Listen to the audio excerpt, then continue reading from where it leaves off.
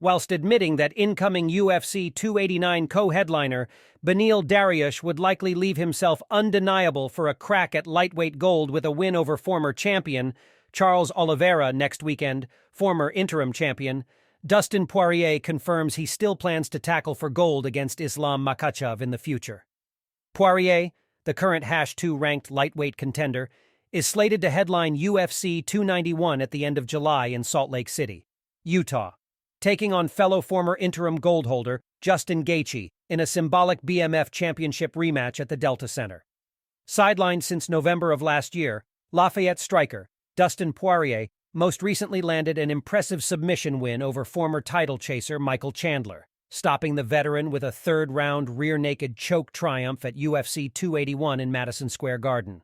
Defending the status of the BMF strap, which the above-mentioned Gaethje recently scoffed at and mocked earlier this week, Poirier claimed he would hang the belt in the house if he emerges victorious in their July rematch, before hunting for an elusive undisputed lightweight crown. "I think the winner of this fight with me and Justin Gaethje is next in line after the winner of Charles Oliveira and Beneil Dariush," Dustin Poirier told MMA Junkie. "We can't deny Beneil. If he goes out there and gets his hand raised at UFC 289, come on, the guy's done so much. He deserves to get a crack at that belt. But that's my goal, is to have all the belts. I'd have an interim belt, a BMF belt, and undisputed belt. Let's go."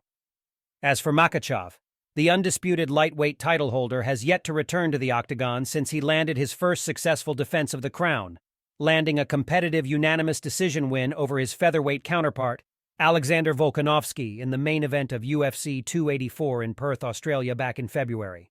Yet to book to make his octagon comeback, the American Kickboxing Academy staple has been earmarked to headline UFC 294 in October in the Middle East.